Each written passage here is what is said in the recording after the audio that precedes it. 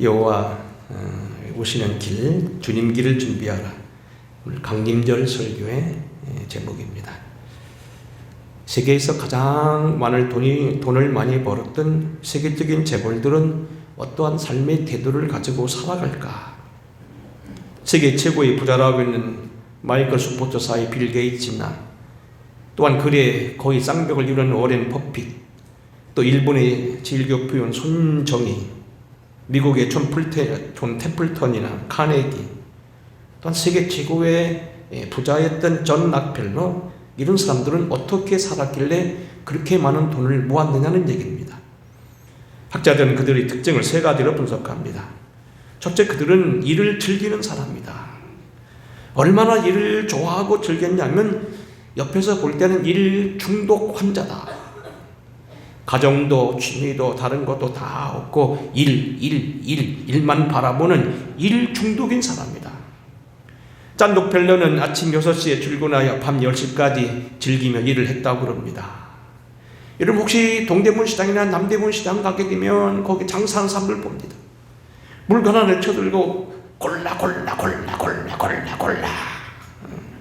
이건 그냥 무슨 종교적입니다. 단순히 이렇게 하지 않으면 안 팔린다는 것 때문이 아니라 이게 무슨 신나가지고 발을 굴러가면서 골라 종교적인, 어떻게 보면 돈 벌기보다도 저 일에 신이 나는구나. 맡아서 억지로 하는 사람보다 좋아 사는 사람을 따라가지 못하고 좋아 사는 사람이 또한 천직으로 아는 사람을 따라가지 못한다고 합니다. 갑부들은 그렇게 일을 사명으로 알고 했다는 이야기입니다. 두 번째 특징은 뭐냐면 책을 많이 읽는다고 하는 얘기입니다. 여러분 설교서도 주님의 길을 예비한다는 이 길에 공연히 돈 많은 사람들 얘기하는 것이 여러분에게 부담될지 모르지만 사실 인간 얘기를 하는 겁니다. 돈 많은 사람들은 돈 버는 대신에 책을 많이 읽는다는 겁니다. 물론 의외의 사람이 있을지 모르지만 시골 부자가 아닌 세계적인 부자, 세계적인 부자, 그러니까 천문학적인 부자를 지금 말하고 있는 겁니다. 여러분 우리가 신앙에도 지식이 필요하다는 예를 제가 요즘에 계속 반복합니다만 오늘 우린 지식에까지도 새롭게 함을 받아야 새 사람이라는 얘기입니다. 골로새서 3장 10절입니다. 새 사람을 입었으니 이는 자기를 창조하신 이의 형상을 따라 지식에까지 새롭게 하심을 입은 자니라. 거기에는 헬라인이나 유대인이나 할레인이나 무할레파나 야만이나 수구드이나 종이나 자유인이 차별이 있을 수 없나니 오직 그리스도는 만유의 주요 만유에 계시느니라. 여러분 새 사람이라 한다면 영혼의 거듭날 뿐만 아니고 그의 지식에까지도 하나님의 어떤 비밀에 대해서도 알 수 있는 그런 지식이 필요하다는 겁니다. 특별히 헬라인이나 유대인이나 할레파나 무할레파나 야만인이나 수구디안에 예의가 없다는 말은 무슨 말이냐면 여기에는 예의가 없다는 얘기입니다. 누구나 믿든지 안 믿든지 마찬가지라는 이야기입니다.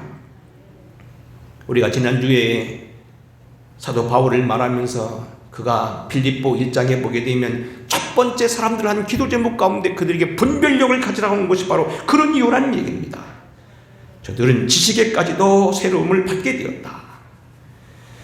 세계 최고의 부자였던 빌 게이츠는 지금도 한번 책을 잡으면 18시간씩 책에 빠진다고 얘기합니다. 그는 그래서 많은 책을 썼습니다. 제 서재에도 보면 빌 게이츠가 쓴 생각의 속도라든지 이런 책들이 몇 가지가 있습니다. 빌 게이츠에 이어서 또 부자였던 워렌 버핏도 하루에 6시간씩 꼬박꼬박 독서를 한다고 얘기합니다. 존 웨슬리 역시 열심히 공부하는 사람이라 어느 때는 그가 말을 타고 가면서도 문패라도 외우고 한다고 얘기하고, 그는 목사들이 이렇게 말합니다. 당신이 만일 하루에 3시간씩 책을 보기 싫어하거든 목사를 그만두라고 얘기합니다. 오늘 저런들은 상당히 많은 지식과 그리고 책을 좋아하는 사람이었다. 세 번째는 저축의 힘을 안다고 합니다. 티끌모아 태산이라고 하는 교훈을 알고 작은 것이라고 함부로 하지 않는다는 겁니다. 부자들은 오히려 큰 재산은 턱턱 내놓지만 작은 것은 상당히 아끼고 그들의 생활을 보게 되면 아주 절제하는 그런 삶을 살고 있다는 얘기입니다. 록펠러는 중학교 때 집 부근의 들에서 야생 칠변주를 잡아서 그것을 키우면서 알을 깨서 첫 번째 11조를 합니다. 아마 우리로 말하면 돈 10,000원에 불과했을 겁니다. 하지만 그는 나중에 10의 2조, 공장을 수백 개를 짓는 것만큼을 10의 2조를 했습니다. 오늘 우리는 그들이 정말로 작은 것을 무시하지 아니하고 작은 습관, 작은 태도, 여러분 예배하는 것조차도 소홀히 하지 아니했다. 명심하셔야 됩니다. 오늘 저는 존 템플턴이라는 사람에 대해 조금 더 얘기를 해보겠습니다. 존 템플턴은 지금 나이로 봐서는 이미 세상을 떠났을 것 같은 겁니다만 얼마 전까지 살아계신 인물이었습니다. 예일대학교 경제학과를 다루고 옥스퍼드 대학에서 법학을 공부한 수재입니다. 로즈 장학생이라는 장학금을 탔는데 이 장학금은 전 과목 100% 올해 일을 받는 그런 사람에게 주어진다는 겁니다. 근데 이 사람은 최고의 월스트리트라는 곳에서 시작을 했는데 나중에는 1954년 무추얼 펀드 템플턴 그로스 펀드라고 하는 기금 금융회사를 차리게 됩니다. 그리고 그때부터 하는데 얼마만큼 재산이 있었느냐면 여러분들 뭐 자세한 얘기는 해야 그 얘기니까 그렇지 않고요. 줄여 말합니다. 1978년도는 그의 재산이 1억 달러, 한 1,100억 원이었는데 그 뒤로 20년 진 1997년에는 800억 달러, 800배가 성장했는데 64조입니다. 결국 우리나라가 옛날에 IMF가 터졌을 때 1996년 13조가 없어서 IMF가 터진 걸 했는데 그는 1997년에 800억 달러를 소유한 그런 갑부가 됐다는 이야기입니다. 세계적인 국제연합기구를 많이 가지고 있고 특별히 그는 신앙을 가지고 있는 특이한 그러한 기업가 중에 한 사람인데 그가 뛰어난 것은 뭐냐면 종교의 노벨상이라는 템플턴 상을 주고 있는데 이 템플턴 상금이 얼마냐면 보통 노벨상 상금이 분야마다 다릅니다. 7천만 원 정도 됩니다. 이 사람은 11억 원의 상금을 주고 있습니다.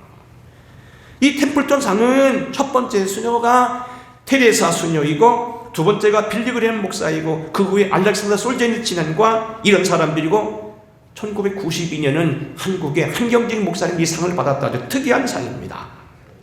문제는 그는 정말로 큰 비즈니스맨이고 지식이면서도 돈을 많이 가졌던 이인데 그는 이렇게 자기가 성공한 이유를 3가지로 스스로 설명합니다. 템플턴 첫째는 뭐냐면 자기가 성공한 이유는 자기는 도서관을 끼고 산다. 성공을 준비한 사람은 늘 도서관을 끼고 다닌다. 지하철을 기다리거나 공항에서 탑승 수습을 위해 대기할 때 몇 분의 시간이 있다. 몇 시간이 아니라 불과 몇 분인데 그 시간을 이용한다는 거지요.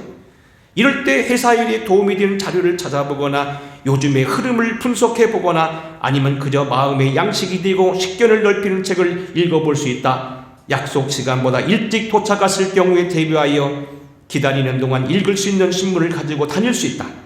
늘 책과 신문을 지니고 다닌다면 도서관을 끼고 다니는 것과 마찬가지다. 이렇게 하면 당신은 무엇인가 성취할 수 있고 성공을 위해 훨씬 빨리 달려갈 수 있을 것이다. 성공을 위해서는 우선 이 사람은 많이 알아야 된다는 것. 시골 부자 구멍가게에서는 그저 그냥 흐름대로 감으로 한다고 하지만 그렇게 해서는 안 된다는 겁니다.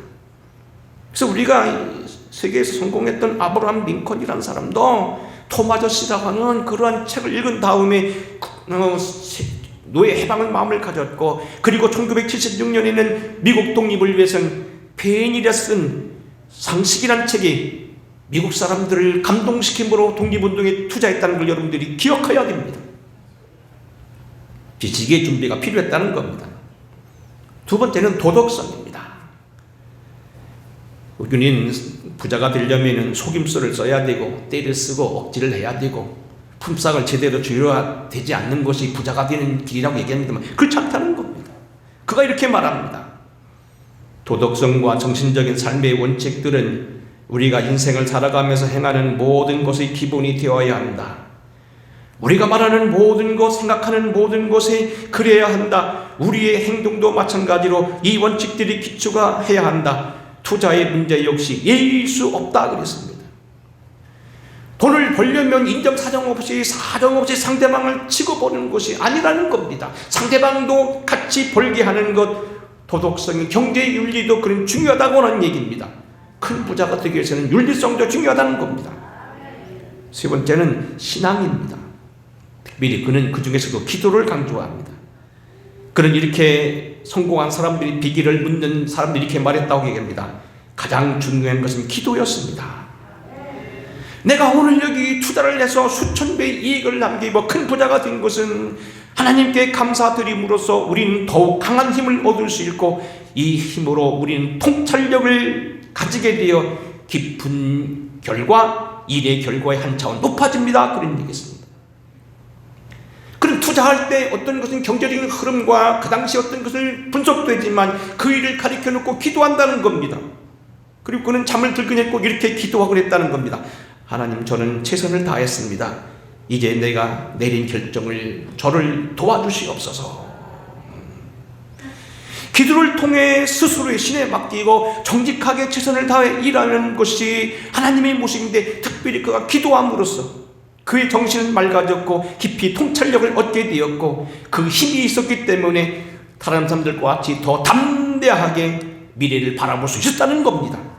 기도가 없었다면 그와 같은 성공은 없었다는 것입니다. 정리를 하면 이런 얘기입니다. 부자들은 한마디로 얘기하면 마구잡이로 어떻게 잡은 게 부자인 것이 아니라 준비하는 사람들이었다는 겁니다. 자, 이제 오늘 본문으로 돌아옵니다. 본문은 우리가 알다시피 주님이 활동하시기 전에 세례 요한이 먼저 그의 길을 예비하기 위해서 활동합니다. 하나님이 인도자가 되어서 활동하기 시작했던 선지자 이사야서를 가리키며 이렇게 이야기합니다. 여기 세례 요한은 이렇게 말합니다. 선지자 이사야의 책에 쓴 바 광야에서 외치는 자의 소리가 있어 이르되 너희는 주의 길을 준비하라. 그의 오실 길을 곧게 하라. 모든 골짜기가 메워지고 모든 산과 낮은 산이 낮아지고 굽은 것이 곧아지고 험한 길이 평탄해질 것이요 모든 육체가 하나님이 구원하심을 보리라 함과 같으니라. 세례 요한은 당신의 메시지를 전한 게 아니고 주님의 메시지를 전해왔는데, 그는 이사야가 말한 주님의 길을 예비하러 왔다는 겁니다. 주의 길을 평탄케 하라. 주의 가는 길을 곧게 하라. 여기 옛날 성경에는 여기 보면 주의 길을 곧게 하라는 것을 옛날엔 주의 첩경을 평탄케 하라고 했는데, 영어 성경에 보기에는 The way of the Lord라는 말로 되어 있습니다. 직진하는 길입니다. 하나님께 나아가는 첩경, 바른 길, 가장 빠른 길, 하나님께 나아가는 가장 넓은 길이 뭐냐는 겁니다. 하나님께 나아가는 공식적인 그 길이 뭐냐는 얘기입니다. 그 길이 바로 여기 5절입니다. 다시 한번 읽어보겠습니다. 5절. 자, 시작. 모든 골짜기가 메워지고 모든 산과 작은 산이 낮아지고 좁은 곳이 곧아지고 험한 길이 평탄해질 것이요. 물론 이 말은 주님이 오시게 되면 골짜기가 메워지고 높은 산과 작은 산이 낮아지고 삐뚤어진 것들이 바로잡아진다는 것이 되겠습니다만, 그렇게 하면 모든 육체가 하나님을 구원을 본다는 것이 되겠습니다. 결국 이 말은 무슨 얘기는, 우리가 주님을 바로 믿고 바로 영접하려면 골짜기는 메워져야 되고 높은 산은 낮아져야 되고 삐뚤어진 것은 바로 잡아져야 된다는 겁니다. 세계적인 대제국 로마가 전 세계를 통치하기 위해서는 길부터 뚫었습니다. 우리나라도 경제계획 5개년 계획을 세우고 우리나라가 막 살기 시작할 때 고속도로를 뚫어놓고 각 지역마다 길을 냈습니다. 길이 다니면서부터 소통이 빨라지고 돈 버는 사람들이 생기게 되었고 이리저리 왕래하면서 결국은 이 나라가 핏줄이 통하기 시작했다는 겁니다. 하나님께 가두면서도 그래야 된다는 겁니다. 세례 요한을 통하여 오늘 주님 앞에 준비되어진 하나님의 마음, 어떻게 하면 하나님께 바로 갈 수 있겠는가? 이 말은 그가 와서 전환 모르게 됐다는 얘기도 되지만 우리에게 그렇게 하는 것을 준비해야 된다는 생활 태도를 말하는 겁니다. 강림절, 주님이 다시 오신 것을 기념하는 이 주간이고, 또 쉽게 말하면 강림절은 성탄절을 준비하는 그러한 예비기간입니다. 주님이 이 땅에 오시는데 놀랍게도 여러분, 주님을 직접 알아보고 바로 알았던 사람 그렇게 많지 않습니다. 온 세상의 구세주로서 그토록 준비되어지고 그렇게 예언되어진 하나님의 아들이 이 땅에 오셨음에도 직접 주님을 알아보고 바로 경배한 사람은 그렇게 많지 않았습니다. 주님이 우리에게 오시는데 어떻게 우리가 맞이해야 되겠느냐? 부자들이 인생 준비가 되어 있고 큰 부자들이 나름대로 자기들 나름대로 가는 길이 있었던 것처럼 우리도 하나님 앞에서 신앙적으로 준비해야 된다는 겁니다. 본문 따라서 세 가지로 봅니다. 첫째로 우리는 주님을 맞이하기 위해서는 모든 골짜기가 메워져야 된다는 얘기입니다. 영적인 준비요 영성 회복입니다. 골짜기처럼 움푹 베어지고 낮아지고 상처받고 힘들어하는 사람은 그대로는 하나님 말씀을 받을 수가 없다는 겁니다. 불빛 주석의 이름은 이 부분을 이렇게 주석합니다. 신앙에 관심이 떨어진 바리새인들이나 기타 종교 지도자들이 하나님께 대한 관심은 다시 고조되어야 된다는 걸 해석합니다. 신앙 상처나 장벽을 딛고 다시 하나님을 더욱 사랑하게 되라는 뜻입니다. 하나님을 너무 어렵게만 생각하고 높게만 생각하는 사람들, 나와는 상관없다 하고 하나님은 인간 실제 생활에는 개입하지 않는다고 핑계하는 사람들입니다. 그것이 완악하거나 고집이 쓰여 낮아졌건 아니면 어려운 환경이나 상처를 통하여 낮아졌건 간에 말입니다. 여러분, 이게 무슨 얘기입니까? 이런 얘기입니다. 주님이 부활하셔서 저들과 함께 오셨습니다. 그때 마침 어떤 사람들이 자기네 집으로 돌아가고 있었습니다. 소위 엠마오로 가는 사람들입니다. 주님이 같이 오셔서 말씀했지만 그 사람들은 몰랐습니다. 이유는 저들이 너무 슬퍼했다는 겁니다. 주님은 지금 부활하셔서 자기들과 함께 같이 이야기하고 자기들과 여러 시간 같이 걸어가면서 대담을 했지만 너무 슬퍼한 탓에 주님이 누군지를 몰랐다는 겁니다. 오늘 우리는 주님을 대하는데 너무 낮아지고 너무 슬퍼지고 너무 자기 일에 빠지다 보면 하나님의 사랑을 깨달아 알지 못한다는 겁니다. 특별히 유대를 포함했던 팔레스타인 스타인은 아주 유명한 골짜기들이 많습니다. 요르단에서 아시아로 이스라엘로 넘어오는 아얄론 골짜기 같은 데는요, 버스로만 타고도 한 30여 번 가야 되는 이 상하편 푹 들어갔다 가는 그런 특이한 길이고 구불구불한 길입니다. 이스라엘 훌라분지를 비롯한 모든 산들은요 계곡이 참 많기로 유명합니다. 이스라엘은 정말로 조그만 땅이지만 아주 땅이 고약해서 계곡이 많고 험한 길이 많고 패인 길이 많은 아주 특이한 지형 형성하고 있습니다. 그래서는 안 된다는 겁니다. 팔레스타인 골짜기처럼 패어지고 낮아지고 스스로 저주를 받았다고 포기한 사람들, 그들은 하나님을 발견할 수 없다는 겁니다. 하나님은 사랑하시고 저를 축복하기 원하시는데 나 같은 사람이라고 말 스스로 포기한 사람들, 스스로 낮아지지 않고는 하나님을 바로 알 수 없다는 겁니다. 자기 연맹이나 짜증이나 원망이나 자포자기한 사람들, 하나님을 바로 알 수 없다는 이야기입니다. 요즘으로 말하면 상처받은 사람들입니다.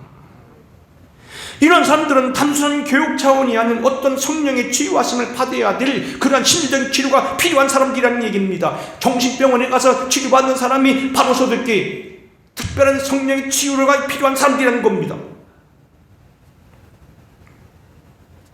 혹시 우리 가운데 자주 신앙에 대해서 재미가 없고 자주 뒤를 돌아다 빠지는 사람들은 상처를 한번 돌아보셔야 됩니다. 특별히 어린 시절 받았던 상처나 이런 것들이 경제적인 충격이나 이웃 친구로부터 받았던 상처들이 신앙에 영향을 준다고 많은 분들이 얘기합니다. 상당히 중요한 얘기입니다. 여러분, 우리가 머리를 감지 아니하고 목욕을 하지 아니하면 몸이 근질없고 나중에 머리가 복잡해지는 것과 똑같다는 얘기입니다. 우리는 때로는 일어서야 됩니다. 특별히 오늘 여기 하나님께 대하여 관심을 갖고 용기 있게 서시기 바랍니다. 우리가 성경에 보게 되면 하나님을 발견했던 사람들 가운데 보면 낮았던 사람들이 많이 있습니다. 당신이 저주받았다고 생각했던 나오미의 가정, 노새 시댁이 바로 그런 가정입니다. 멀쩡한 가정이 갑자기 베들레헴에서 모압으로 내려갔다가 남편이 죽습니다. 그리고 덩달아 아들 둘이 죽습니다. 그 집에는 시어머니, 과부, 그리고 아들 두 명이가 데리고 있던 그러한 과부만 나타납니다. 그들은 자신을 가리켜 합의로 가장 낮은 사람이라고 했습니다. 하지만 하나님은 그 가정을 통하여서 다윗을 허락하시고 왕족을 삼으시고 예수 그리스도를 허락하셨다는 걸 여러분 기억해야 됩니다. 구약 성경에 보게 되면 하나님 앞에 크게 쓰임받았던 지파들이 많이 있는데 그 지파들은 사실은 저주받은 지파들이 많이 있었습니다.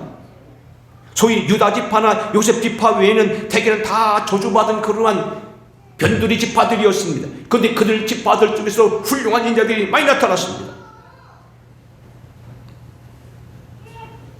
창세기 34전 야곱의 딸 디나의 사건 때 무리를 일으켰던 시몬과 레위는 또 하나님 아버지의 침상으로 했던 루벤은 우상을 섬겼던 단지파들이 바로 그렇습니다. 성경적으로 보시면 그들은 한때는 정말로 하나님 앞에 저주받은 지파처럼 내팽개친 지파였습니다. 하지만 저들이 나중에는 하나님 앞에 크게 쓰임을 받습니다. 아까 말씀드린 대로 시몬과 레위 디나 사건 때문에 아버지를 마음 상하게 해서 저주받던 가정입니다만 모세와 아론이 레위 지파입니다. 당나귀 나귀 턱뼈로 수백 명을 죽이며 거대한 힘을 발휘했던 삼손 단지파 출신입니다. 기드온은 므낫세 지파고요. 예수님의 어머니를 낳았다고 하는 그러한 전설의 인물 성안난 아셀 지파, 이름 없는 지파였습니다. 사울왕과 사도 바울이 탄생한 지파는 베냐민 지파였습니다. 아주 작은 지파였습니다. 오늘 우리는 분명한 뭐냐면 옛날 과거에 우리의 출신이 어떠했건 그것이 우리에게 문제가 되지 않는다는 겁니다. 우리가 다시 믿음으로 나아가고 믿음으로 서서 다시 우리를 회복하여 하나님 앞에 서야 된다는 겁니다. 자신감을 가져야 된다는 얘기입니다. 과거에 우리가 어쩌다고 거기에 머물러 있는 것은 사단이 주는 마음이라는 겁니다. 골짜기는 메워져야 됩니다. 두 번째로 모든 산과 작은 산은 낮아지고 했는데 이것은 많은 해석이 필요 없습니다. 높아진 것, 높은 산, 조금 낮은 것, 덜하지만 어쨌든 역시 이것 삐뚤어진 심령들, 낮아짐과 겸손, 심령적인 회개입니다. 옛날 중국 고서에 보게 되면 옛 성인을 알려진 묵자나 맹자, 노자 이런 사람들이 한결같이 강조한 건 뭐냐면 물류를 강조했습니다. 물은 낮은 대로 흐르는 것처럼 낮은 대로 하나님이 흘러보고 결국 낮은 사람, 자기를 낮춘 사람이 득도한다는 겁니다. 저들이 말하는 어떤 깨달음, 진리가 열리고 학문의 세계 열린 걸 득도라고 말했습니다만 득도는 누구에게 이루어지냐면 겸손한 사람에게 이루어진다는 겁니다. 이미 여러분 다 하는 말씀이기 때문에 않지만 여러분이 꼭 말씀드립니다. 심령적 겸손은 없으니 결코 하나님의 말씀이 깊이 여러분 새겨질 수가 없습니다. 교만한데도 교만하지도 모르는 것은 중증입니다. 설교에도 듣지 아니하면 있는 사람은 화가 나기는 입상입니다. 특별히 여러분들 설교자로서 여러분에게 말씀드립니다. 저도 지금 설교를 좀 힘들게 하고 있지만 꼭 여러분 기억할 게 있습니다. 설교는 받는 사람 자세도 굉장히 중요합니다. 사도 바울은 데살로니가전서 2장에도 보게 되면 이렇게 말합니다. 너희가 내가 전하는 말을 사람의 말로 받지 아니하고 하나님의 말씀으로 받으니 진실로 그러하도다. 이 말씀이 또한 너희 가운데 믿는 자 가운데 역사한다고 말합니다. 설교자는 설교자의 준비도 필요하지만 받는 자의 자세가 필요하다는 겁니다. 공연히 여러분들 설교하는 사람들 앞에 스스로 심령을 너무 높이면 설교가 튑니다. 설교 벌써 해봐도 벌써 압니다. 절대로 여러분들 그런 마음 가지시면 안 됩니다. 낮추는 곳에 하나님 말씀이 임하는 겁니다. 고린도후서 10장 4절에 보게 되면 사도 바울은 이치를 이렇게 말합니다. 어떠한 진도 견고한 진도 무너뜨린 하나님 앞에 큰 강력은 어디서 오느냐? 먼저 하나님 아는 것을 대적하여 높아진 것을 무너뜨리고 모든 생각을 사로잡아 복종시킬 때 온다고 그렇게 말합니다. 모든 견고한 진을 파하고 마귀의 진을 파하는 강력한 능력은 어디서 오느냐? 먼저 자기 이론을 버려야 된다는 겁니다.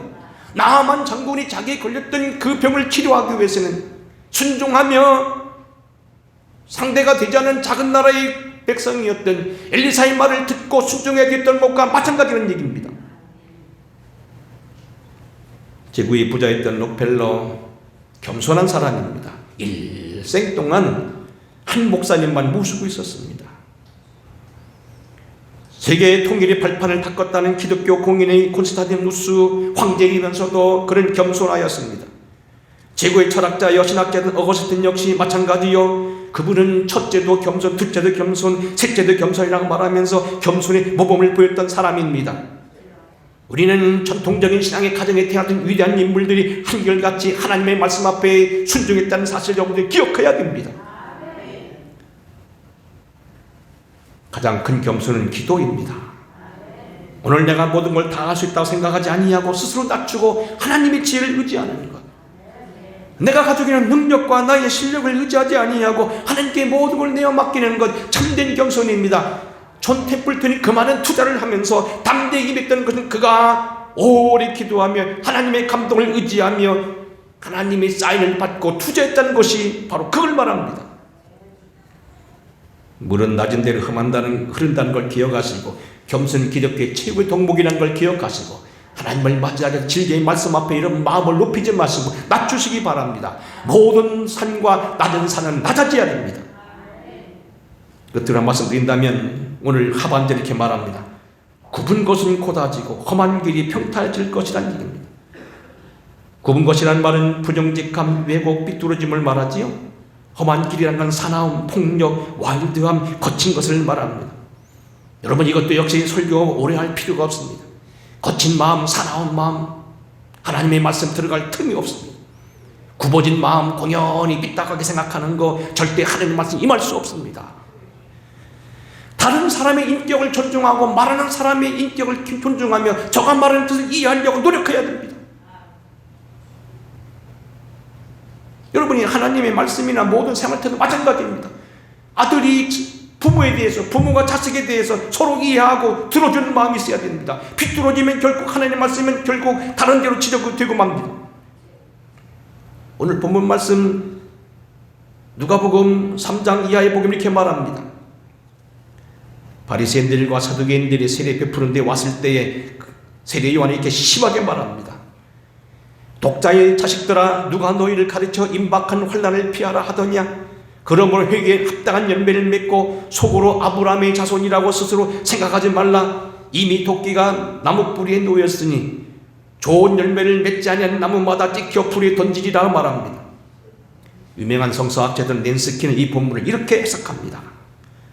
구분과 험한이라는 말에는 도덕적이고 영적인 의미가 비유적으로 포함되어 있다.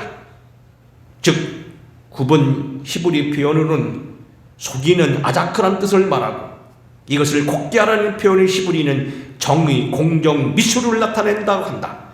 그리고 험한 곳은 모든 종류의 악이 모여있는 르카심이란 단어이다 이렇게 말했습니다. 속임수, 삐뚤어진 마음, 그리고 악한 마음, 사나운 마음, 거친 마음, 조그만 상처를 가지고 크게 그에게 보복하는 마음, 이런 마음을 가지고 하나님을 깊이 사귈 수 없다는 겁니다.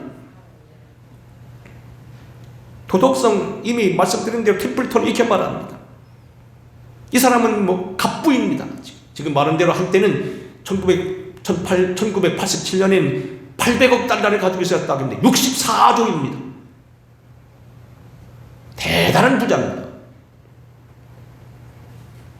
도덕성과 정신적인 삶의 원칙들은 우리의 인생을 살아가는 행하는 모든 것이 기본이 되어야 된다. 우리가 말하는 모든 것, 생각하는 모든 것이 그래야 한다. 우리의 행동도 마찬가지로 이 원칙들이 기초되어야 한다. 투자 문제 역시 예의할 수 없다. 경제 문제라고, 돈의 문제라고 사람을 속이고 삐뚤어진 마음을 가지고 돈을 벌 수 있느냐? 아니라는 겁니다. 그것은 작은 부자에 해당될 수 있지만 큰 부자는 그렇게 살 수 없다는 겁니다. 제가 이 녹음을 하게 되면 이거 편집해야 됩니다만, 제가 있던 교회에 그런 사람이 있었습니다. 보험하는 권사가 하나 있었습니다. 목사도 속이더라고요. 곳곳 사람들 속여요. 보험을 과장해서 말해요. 근데 될 듯 하다가 어려움 당하고, 될 듯 하다가 어려움 당하고, 감옥에는 안 갔습니다만 많은 어려움 당하는 걸 봤습니다. 여러분, 보험하는 사람이라고요, 보험 들기 위해서 속임을 쓰고 막 거짓말하고요, 엎어 누르고요, 목사도 속여먹는 그런 권사, 하나님이 가만두지 않더라는 겁니까? 이건 편집을 빼야 되겠죠. 사도 바울 옥중서신이 이렇게 말합니다. 에베소 4장입니다. 그런즉 거짓을 버리고 각각 그의 수로 더불어 참된 것을 말하라. 이는 우리가 서로 지체가 됨이라. 분을 내어도 죄를 짓지 말며 해가 지도록 분을 품지 말며 마귀로 틈을 타지 못하게 하라. 무릇 더러운 말은 너희 입 밖에도 내지 말고 오직 덕을 세우는데 소용되는 대로 선한 말을 하여 듣는 자들에게 은혜를 끼치게 하라. 하나님의 성령을 근심하게 하지 말라. 그 안에서 너희가 구속한 날까지 인치심을 받았느니라. 너희는 모든 악독과 노함과 분냄과 떠드는 것과 회방하는 것을 모든 악의와 함께 버리고 서로 인자하게 하여 불쌍히 여기라. 서로 용서하기를 하나님이 그리스도 안에서 너희를 용서하심 같이 하라. 더러운 말, 거짓하는 말, 분내는 것, 다투는 것, 시기하는 것, 떠드는 것, 회방하는 것, 하나님의 성령을 근심케 한다는 겁니다. 결코 하나님이 기뻐하지 아니하신다는 겁니다. 정말로 형제들아, 무엇이든지 참되며 무엇이든지 경건하며 무엇이든지 오르며 무엇이든지 경결하며 무엇이든지 사랑할 만하며 무엇이든지 칭찬할 만하며 무슨 덕이 있든지 무슨 기름이 있든지 이것들을 생각하라. 하나님의 깊이 은혜를 받기 위해서는 우리는 그렇게 준비된 마음, 삐뚤어진 마음을 바로 잡아야 하나님의 바르게 만나는 겁니다. 강림절은 주님의 강림을 기다리는 절기입니다.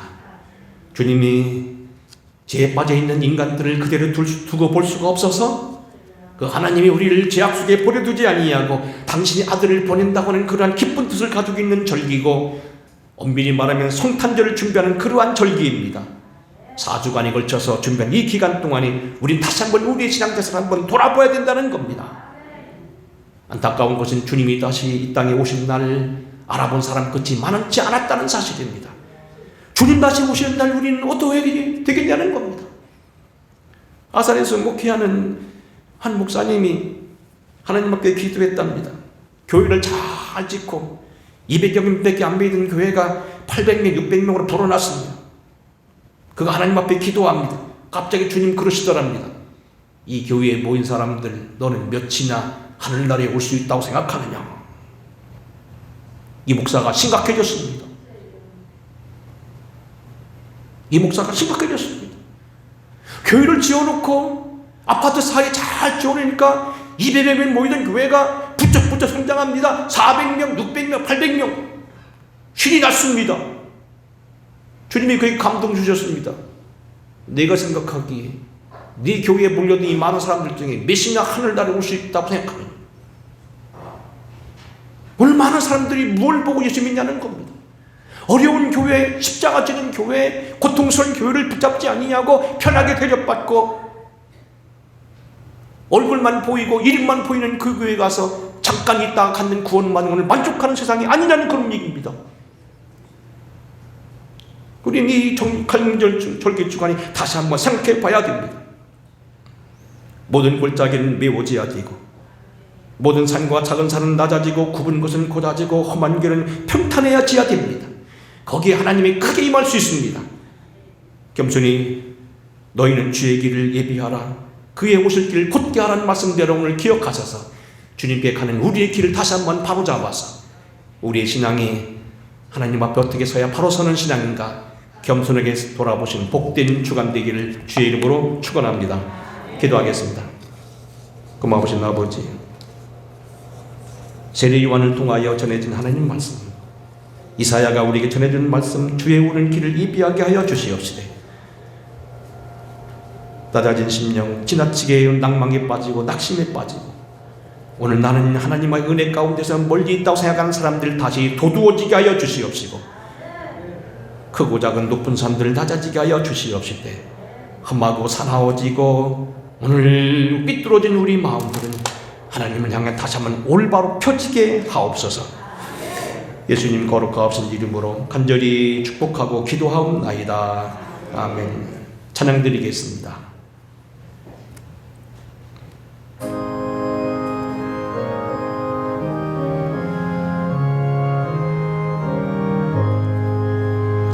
맘 가난한 사람 복이 있나니 전국이 그들의 것임이요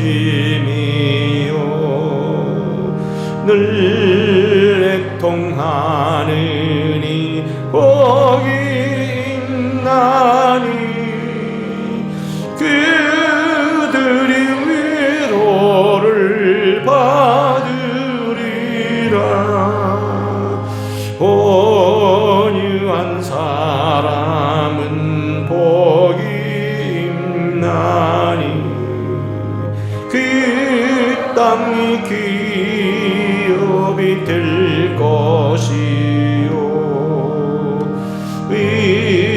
사모하느니 복이 있나니 그들이 배부를 것이로다.